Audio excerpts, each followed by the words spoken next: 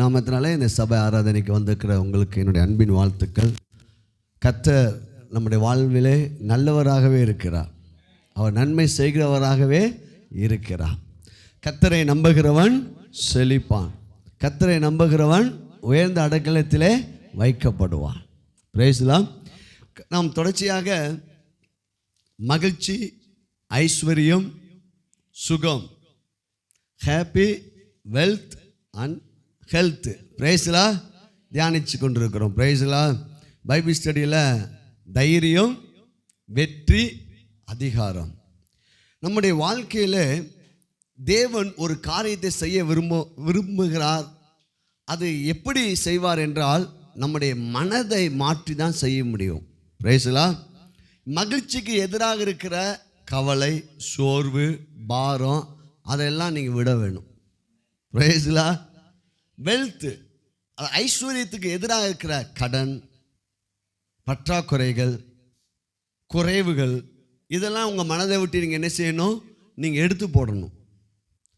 மூன்றாவது, உங்களுடைய சரீர சுகத்துக்கு எதிராக இருக்கிற நினைவுகள், வியாதியை குறித்த நினைவுகள், டாக்டருடைய ரிப்போர்ட்டு, நம்முடைய சரீரத்தில் இருக்கிற அடிக்கடி ஏற்பட்ட பலவீனங்கள். ஆபிரகாம் குறித்து வேத வசனம் சொல்லுது, அது அவன் எண்ணாது இருந்தான். ரைஸ்லா. அப்போது ஒரு நிலத்தில் நம்ம விதைகளை விதைத்தாலும் சில களைகள் சுற்றி இணைஞ்சிருக்கும், முளைச்சிருக்கும். ரைஸ்லா. இப்போ மகிழ்ச்சி வேணும்னா நீங்கள் துக்கம் என்ற களையை நீங்கள் என்ன செய்யணும்? எடுக்க வேண்டும். ஐஸ்வர்யம் வேண்டும் என்றால் கடன், பற்றாக்குறை, குறைவான இந்த எண்ணங்கள், வறுமையின் எண்ணம் என்ற அந்த கலையை நீங்கள் என்ன செய்யணும்? பிடுங்கி. அதுபோல் ஆரோக்கியம் வேண்டும் என்றால் நீங்கள் உலகத்தில் இருக்கிற வியாதி, அந்த வியாதினால் வருகிற ரிப்போர்ட்டு, இதை குறித்து என்ன செய்யக்கூடாது? அந்த கலையெல்லாம் என்ன செய்யணும்? எடுத்து போடணும். அப்போது ஒரு தோட்டத்தில் சரியான விதை வளர வேண்டும் என்றால் அந்த தோட்டம் பாதுகாக்கப்பட வேண்டும். அந்த தோட்டத்தில் நீங்கள் போட்ட விதையில் வளர்கிற அந்த செடியில் தான் உங்களுக்கு கனிகள் இருக்குது. அப்படி என்றால் உங்களுடைய மனதை நீங்கள் மகிழ்ச்சியாகவும், ஐஸ்வர்யத்தோடும், சுகத்தோடும், தைரியத்தோடும், வெற்றியோடும், அதிகாரத்தோடும் காத்துக்கொள்ள வேண்டும். அது யாருடைய பொறுப்பு? நம்முடைய பொறுப்பு தான். எல்லா காவலோடும் உன் இருதயத்தை காத்துக்கொள், அது என்று என்ன ஊற்று? ஜீவ ஊற்று. அப்போது தேவன் நாம் ஆராதிக்கிற தேவன் ஏழையா பணக்காரரா? அல்லேலூயா. அப்போது நாம் அவருடைய பிள்ளைகளாக இருக்கிறோம். அப்படி என்றால் வேத வசனம் சொல்லுது, ஆகாயம் 2:8, வெள்ளியும் என்னுடையது, பொன்னும் என்னுடையது என்று சேனைகளின் கர்த்தர் சொல்லுகிறார்.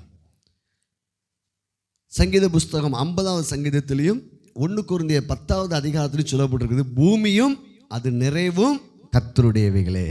பூமியும் அது நிறைவும் கர்த்தருடையவைகளே. நெகேமியாவில் போட்டிருக்குது 9வது அதிகாரம் 6வது வசனம், கர்த்தாவே நீ ஒருவரே கர்த்தர், நீர் வானங்களையும் வானாதி வானங்களையும் பூமியையும் அதில் உள்ள எல்லாவற்றையும் உண்டாக்கினீர், சமுத்திரத்தையும் அதில் இருக்கிற எல்லாவற்றையும் உண்டாக்கினீர். அப்போ பூமியில் இருக்கிற எல்லாவற்றையும் உண்டாக்கினவர் யார்?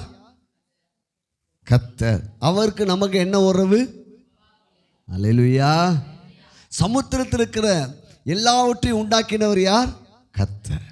ஆனால் தேவனுடைய பிள்ளைகளாகி நாமோ ஏழையாக, பலவீனத்தோடு, வியாதியோடு, தோல்வியின் மனப்பான்மையோடு, பயத்தோடு வாழ்கிறோம். ஏன் அப்படி என்றால் நாம் நம்முடைய தேவனை, தகப்பனை சரியாக நாம் இன்னும் என்ன செய்யவில்லை?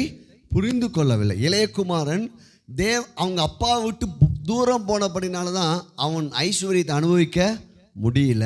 மறுபடியும் அப்பா வீட்டுக்கு வரான். அப்பாவை புரிந்து கொண்டான். அப்பாவை புரிந்து கொள்ளும் போது அந்த பிள்ளை என்ற ஸ்தானத்துடைய ஆசீர்வாதம் அவனுக்கு வருகிறது.